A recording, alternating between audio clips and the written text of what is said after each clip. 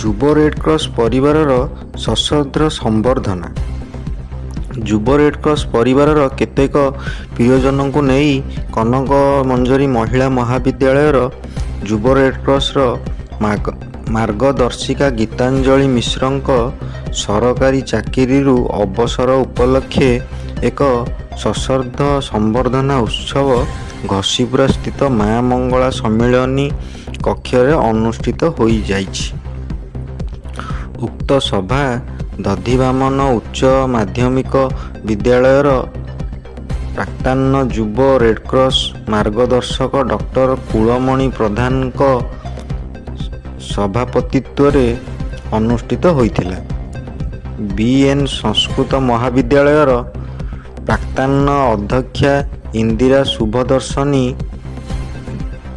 ଦେବବନ୍ଦିତ ଚକ୍ର ମୁଖ୍ୟ ଅତିଥି ରୂପେ ଯୋଗ ଦେଇଥିଲେ।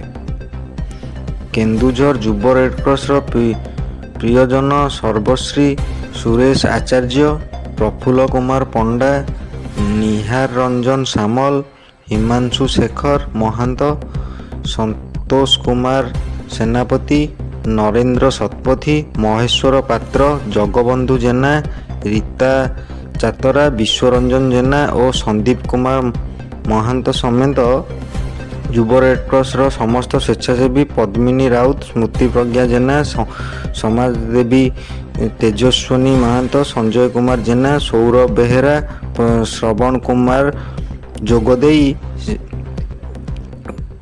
ଶ୍ରୀମତୀ ଗୀତାଞ୍ଜଳି ମିଶ୍ରଙ୍କ ଅବସରର କାଳୀନ ସମୟ ସୁଖ ଶାନ୍ତି ଓ ନିରୋଗରେ ଅତିବାହିତ ହେଉ ବୋଲି ଜଗତର ନାଥ ଜଗନ୍ନାଥ ଓ ସଙ୍କଟ ହାରିଣୀ ମା ତାରିଣୀଙ୍କ ନିକଟରେ ପ୍ରାର୍ଥନା କରିଥିଲେ।